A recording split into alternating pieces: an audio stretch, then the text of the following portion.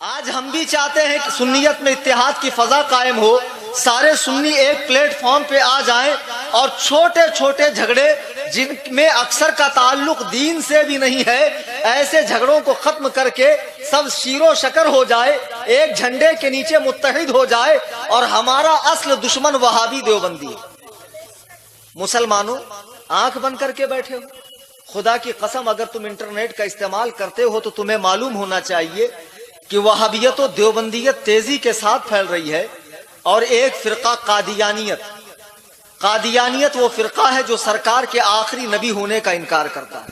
معاذ اللہ۔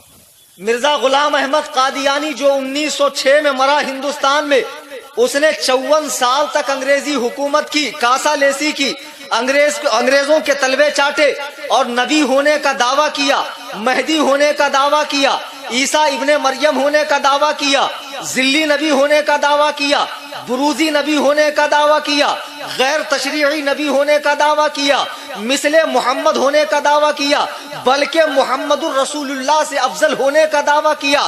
آج اس کا فرقہ تیزی کے ساتھ پھیل رہا ہے۔ دنیا میں آج 4 کروڑ قادیانی موجود ہے۔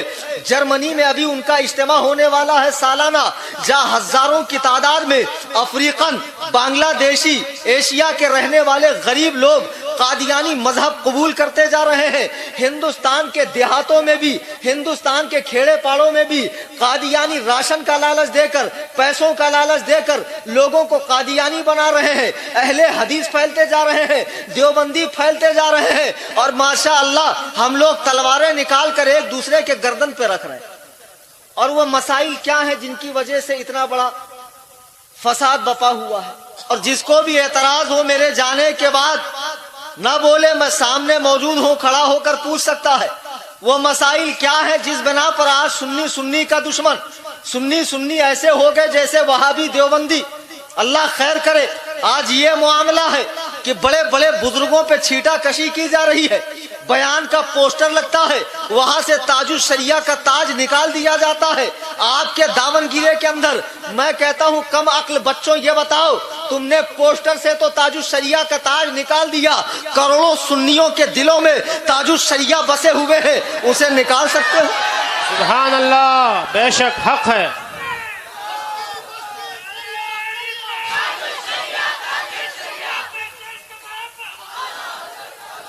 جنہیں استنجا کا ڈھیلا لینا نہیں آتا کہ موسم سرما میں کتنے ڈھیلے لیے جاتے ہیں، موسم گرما میں کتنے ڈھیلے لیے جاتے ہیں۔ میں سناوت تقریر کرنے گیا ایم پی میں، 12 سال کا بچہ کہتا ازہری نے مسجد بیچ دی، ازہری بے بس۔ اس سے میں نے کہا بیٹا یہ بتا محلے کی مسجد میں امام کون ہے؟ بولے نہیں معلوم۔ محلے کی مسجد کا کلر کیسا ہے؟ نہیں معلوم۔ وہ بچہ جو مسجد میں نہیں جاتا، امام کون ہے؟ نہیں معلوم۔ وہ ان مسائل کے اندر پڑھ رہا ہے، ان مسائل میں پڑھنے کی تمہاری اوقات ہے؟ کہہ رہے ہیں کہ تاج شریعہ کا عقیدہ ہے نبی بے بس ہے۔ اے کم عقلوں، اے بے لگام شرابیوں، اپنی عقل کو ٹھکانے لگاؤ۔ وہ تاج الشریعہ ہے جو کہہ رہے ہیں جہاں بانی عطا کر دے، بھری جنت ہبا کر دے، نبی مختار کل ہے جسے جو چاہے عطا کر دے۔ سبحان اللہ، سبحان اللہ، حق ہے۔ نبی کے مختار کل ہونے کا عقیدہ تاج الشریعہ دے رہے ہیں، نبی کو بے بس ماننے کا عقیدہ تاج الشریعہ نہیں دے رہے ہیں۔ اگر مولانا تطہیر صاحب نے یہ بات لکھی تو مولانا تطہیر نے توبہ کر لی۔ اللہ ایسا غفور الرحیم ہے کہ اب 70 ماؤں سے زیادہ اپنے بندے سے محبت فرماتا ہے، وہ تو توبہ قبول کر رہا ہے۔ ذرا ان کی سختی تو دیکھو، توبہ قبول کرنے کو تیار نہیں۔ اللہ کے بندو، مسائل کی جو حیثیت ہے، فروعی مسائل کی، اس کی حیثیت کو سمجھو۔ تم بیگانے نہیں ہو، تمہیں معاذ اللہ ہم نے گمراہ نہیں کہا ہے، تم ہمارے اپنے ہو، ہم تمہیں کلیجے سے لگانے کو تیار ہو۔ اللہ کے نبی فرماتے ہیں میری امت پہ ایک زمانہ ایسا آئے گا کہ لوگ قبروں کے پاس جا کر تمنا کریں گے اے کاش اس قبر میں بجائے اس مردے کے میں ہوتا۔ مسلمان سوچ رہا ہے مسلمانوں میں اتنے فرقے، جاؤں تو کہاں جاؤں؟ چلو سنی بن گیا، سنیوں میں اتنی تنظیمیں، اتنی شاخیں، ایک دوسرے سے اتنے کٹے ہوئے ہیں، میں جاؤں تو کہاں جاؤں؟ آخر میں آدمی گمراہ ہو کر بد مذہبوں کے ہتھے چل رہا ہے۔ سرکار فرماتے ہیں میری امت پہ ایک زمانہ ایسا آئے گا وَلَعْنَ آخِرُ هَذِهِ الْأُمَّةِ وَلَهَا فَارْتَقِبُوا کہ امت کے چھوٹے لوگ اپنے بڑوں پر چیٹا کشی کریں گے، امت کے چھوٹے لوگ اپنے بزرگوں پہ لان تان کریں گے۔ دیکھو جن کو استنجا کا ڈھیلا لینا نہیں آتا، جن کو سورہ فاتحہ با تجوید پڑھنی نہیں آتی، وہ تاج الشریعہ پہ، علامہ ضیاء المصطفیٰ پہ، سرکار مفتی اعظم پہ، سرکار اعلیٰ حضرت پہ، سرکار شیر سنت پہ، سرکار مشاہد ملت پہ، سرکار صدر الشریعہ پہ، حضور محدث کھچوچوی پر، ان بزرگان دین پر لعن طعن کر رہے ہو۔ تمہاری اوقات اتنی نہیں ہے کہ تم ان مسائل میں پڑھو۔ ہر دور میں علماء کا اختلاف مسائل میں رہا ہے۔ اتنے مسائل میں آپ پریشان ہو گئے؟ اچھا امام کتنے ہیں؟ 4 نا؟ جن کی تقلید کی جاتی فقہ کے امام کتنے ہیں؟ اچھا عقیدے کے امام کتنے ہیں؟ 2 کتنے؟ امام ابو منصور ماتریدی، امام ابو الحسن اشعری رحمہ اللہ۔ قرأت کے کتنے امام ہیں؟ 7۔ طریقت کے کتنے امام ہیں؟ 4۔ طریقت کے 4 سلاسل ہیں۔ فقہ کے 4 امام، امام الائمہ، سراج الامہ، کاشف الغمہ، سیدنا امام اعظم ابو حنیفہ نعمان ابن ثابت ابن زوتا کوفی رضی اللہ تبارک و تعالی عنہ، جن کی ہم اور آپ تقلید کرتے ہیں، ہم سب تقلید کرتے ہیں، جن کی غلامی کا پٹا ہمارے گلے میں۔ امام ادریس الشافعی رحمہ اللہ، امام دار الہجرت، امام مالک رحمہ اللہ، مالک بن انس، امام احمد بن حنبل رحمہ اللہ، یہ چاروں ائمہ کے بیچ میں کتنا بڑا اختلاف ہے؟ 2 رکعت نفل نماز ہاتھ باندھنے سے سلام پھیرنے تک 200 مسئلوں کا اختلاف ہے۔ کتنے؟ اور ایسا ویسا نہیں، فرض اور واجب، حرام اور حلال کا اختلاف ہے۔ ہمارے یہاں جب تک 1/4 سر کا مسح نہ کیا جائے وضو نہیں ہوگا۔ امام شافعی رحمہ اللہ کے یہاں بال کو مسح، ٹچ کر لیا مسح ہو گیا۔ آپ نے دیکھا شافعی مذہب کا امام بال کو ٹچ کیا، سنی ہے، صحیح العقیدہ ہے، اس کے پیچھے نماز پڑھیں گے آپ؟ نہیں۔ مذہب حنفی میں وہ غیر طاہر ہے، اس کا وضو نہیں ہے، آپ اس کی اقتداء میں نماز نہیں پڑھیں گے۔ شافعی امام کا خون نکل کر بہ گیا، اس نے پوچھ لیا، مصلی پہ گیا، نماز پڑھائی، سارے شوافے نے پڑھ لی، حنفی نہیں پڑھ رہا ہے۔ امام اعظم کے نزدیک خون نکل کر بہنے سے وضو ٹوٹ جاتا ہے، امام شافعی کے یہاں نہیں ٹوٹتا۔ امام شافعی کے یہاں آگ پر پکی ہوئی چیز کھانے سے وضو ٹوٹتا ہے، ہمارے یہاں نہیں ٹوٹتا ہے۔ ایسے سینکڑوں مسائل ہیں جس میں اماموں کا زبردست اختلاف ہے، اور امت چار فقہی مذاہب میں بڑھ گئی، حنفی، شافعی، مالکی، حنبلی۔ لیکن کیا ان چاروں نے تلواریں نکالی؟ نہیں۔ علماء کا آپسی اختلاف رحمت ہے، رحمت۔ علماء کا آپسی اختلاف رحمت ہے۔ اچھا یہی دیکھ لو، جتنے لوگ بیٹھے ہیں، کسی کی صورت ایک دوسرے سے ملتی ہے، کسی کی تعلیم ایک دوسرے سے ملتی ہے، حسب و نسب ملتا ہے، بول چال، عادت و اطوار ملتی ہے۔ اللہ نے ہر چیز میں اختلاف رکھا ہے۔ اختلاف رحمت ہے، اختلاف برکت ہے، اختلاف کے اندر گنجائش ہے۔ اگر اختلاف نہ ہوتا تو آج ہماری زندگی تنگ ہوتی۔ اس کو یوں سمجھے کہ عرب میں ایک عورت کا انتقال ہو گیا، انتقال ہونے کے بعد اسے نہلایا گیا، کفنایا گیا، اسے دفنانے کے لیے قبرستان لے گئے۔ جب قبر کھودی گئی اور اسے منو مٹی تلے دبانے کا پروگرام کیا گیا، 2 لوگ اندر اترے قبر میں، عورت کو نیچے اتارا گیا۔ ایک شخص نے کیا دیکھا؟ عورت کی پیٹ میں کوئی چیز حرکت کر رہی ہے۔ اس نے اوپر والوں سے کہا، سنو، جس عورت کو آپ نے دفنایا ہے اس کے پیٹ میں بچہ ہے اور ابھی زندہ ہے، کیا کیا جائے؟ لوگوں نے کہا کچھ نہیں کیا جائے، ہم لوگ شافعی ہیں، اور شافعی مذہب میں اگر مردہ عورت کے پیٹ میں زندہ بچہ ہو اسے نکالا نہیں جا سکتا ہے۔ مردے کو تکلیف دینا، چیرنا پھاڑنا حرام ہے، مٹی برابر کرو، باہر آ جاؤ۔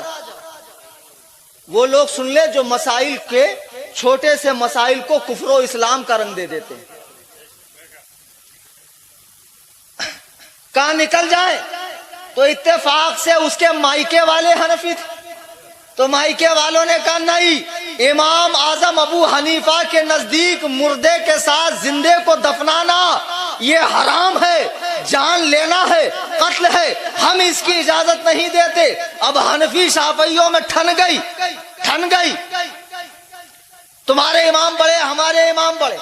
وہاں سے ایک صاحب گزرے، کہا کیوں جھگڑ رہے ہو؟ شافعیوں نے کہا ہمارے امام بڑے، حنفیوں نے کہا ہمارے امام بڑے۔ تو انہوں نے پوچھا اچھا یہ بتاؤ امام ابو حنیفہ کے کتنے استاذ تھے؟ تو حنفیوں نے کہا 4000۔ شافعیوں سے پوچھا تو بولے 2-4۔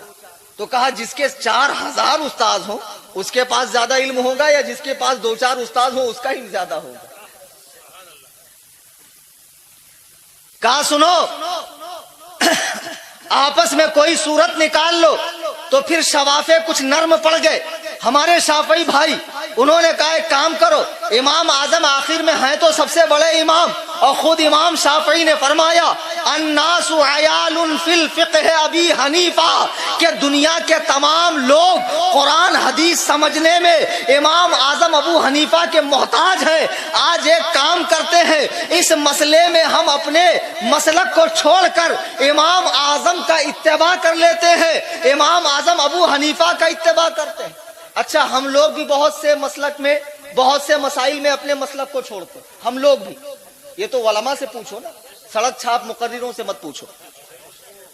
اچھا کسی عورت کا مرد بھاگ گیا، بھاگنے کے بعد کچھ پتا نہیں کیا کرنا اس نے، علماء سے پوچھو۔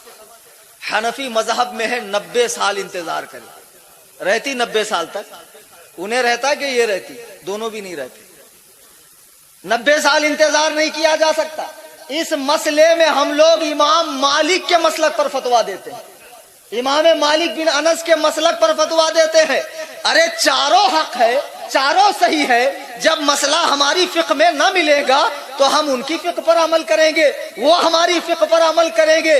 اس طرح اہل سنت کے یہ چاروں مذہب ہیں، اہل سنت کے یہ چاروں سلاسل ہیں، یہ 4 فرقے نہیں ہیں، یہ 4 دینی بھائی ہیں، یہ چاروں کا رشتہ دینی رشتہ ہے۔ بہرحال شوافے نے کہا آج ہم اس مسئلے میں امام اعظم کے فقہ پہ، ان کے مسلک پر عمل کریں گے۔ چنانچہ عورت کا پیٹ کاٹ کے بچہ نکالا گیا، وہ بچہ نکلا، ننیال میں جا کے اس کی تربیت ہوئی، وہ پڑھا لکھا اور خدا کی قسم اپنے زمانے کا اتنا بڑا امام بنا، اتنا بڑا امام بنا کہ جس نے حنفی مذہب کے ہر مسئلے کو حدیث سے ثابت کیا، دنیا اسے امام طحاوی کہتی۔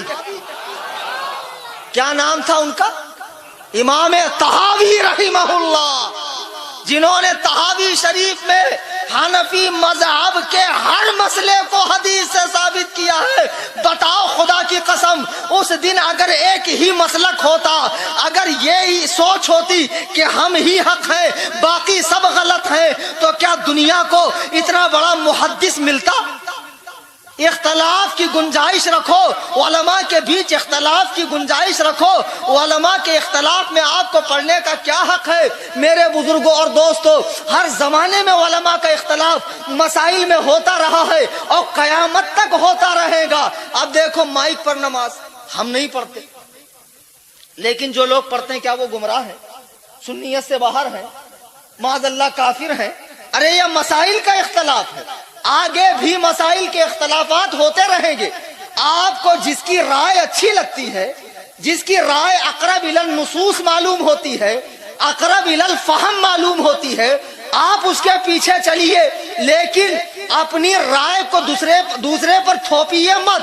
اب سنیے، جو مسائل اہل سنت و جماعت کے بیچ میں تیرا پیر بڑا، میرا پیر بڑا، میری خانقاہ بڑی، تیری خانقاہ بڑی، ہمارے مرشد بڑے، تمہارے مرشد بڑے، کیا جھگڑا لے کر بیٹھ گئے بھائی صاحب؟ اور سارے کے سارے جانے والے کہاں ہیں؟ غوث اعظم ہی کے تو پاس جانے والے۔ تو تیرا بھی مرشد غوث اعظم، میرا بھی مرشد غوث اعظم، پھر جھگڑنے کی کیا بات ہے؟ اس میں لڑنے کی کیا بات ہے؟ بھائیوں میرے بزرگوں، مسلمان ہونے کے لیے جو چیزیں ضروری ہیں اگر وہ آپ میں ہیں آپ مسلمان ہیں۔ سنی ہونے کے لیے جو باتیں ضروری ہے، سنی ہونے کے لیے کسی کے مقرر کرنے سے کوئی سنی نہیں ہوتا ہے، ضروریات اہل سنت بزرگان دین نے بیان فرما دیا ہے۔ اگر آپ اس پر قائم ہیں، آپ سنی ہیں، کسی بھی پیر سے آپ مرید ہوں، کسی بھی تنظیم سے آپ جڑے ہوں، اگر آپ اہل سنت و جماعت پر مسلک اعلی حضرت پر ہیں تو آپ ہمارے بھائی ہیں۔ آپسی جھگڑوں کا حل یہ ہے ہم آپس میں بیٹھ کر اس کو سلجھائیں اور اس انتشار کی آگ کو نہ بھڑکائیں۔ عالم اسلام پر رحم کھائیے، مسلمان کاٹے جا رہے ہیں، مارے جا رہے ہیں۔ برما کے حالات دیکھیں، چین کے حالات دیکھیں، فلسطین کے حالات دیکھیں، دنیا بھر میں دیکھیں۔ باطل فرقے مسلمانوں کا لباس اوڑھ کر مسلمانوں کے ایمان و عقیدے کو خراب کرنے کے لیے وہابی، دیوبندی، قادیانی، اہل تشیع، اہل قرآن، کئی فرقے مسلمانوں میں گھس چکے ہیں۔ میرے سنی بزرگوں اور دوستوں، خدا کی قسم ایمان کی سلامتی چاہتے ہو تو مسلک آپ کسی بھی پیر کے مرید ہو، مسلک اعلی حضرت کو ماننا آپ کے لیے ضروری ہے۔ آپ کا پیر اگر قرآن و سنت کا متبع ہے، مسلک اعلی حضرت کو مانیے، تاج الشریعہ کو اپنا امیر سمجھیے، بریلی شریف کو اپنا مرکز سمجھیے۔ اگر ہم متحد ہو گئے تو خدا کی قسم بڑی بات نہیں کہ دیوبندیت کے ناپاک وجود سے، وہابیت کے ناپاک وجود سے ہم اپنے شہر کو صاف کر دیں۔ انشاءاللہ متحد ہوں گے۔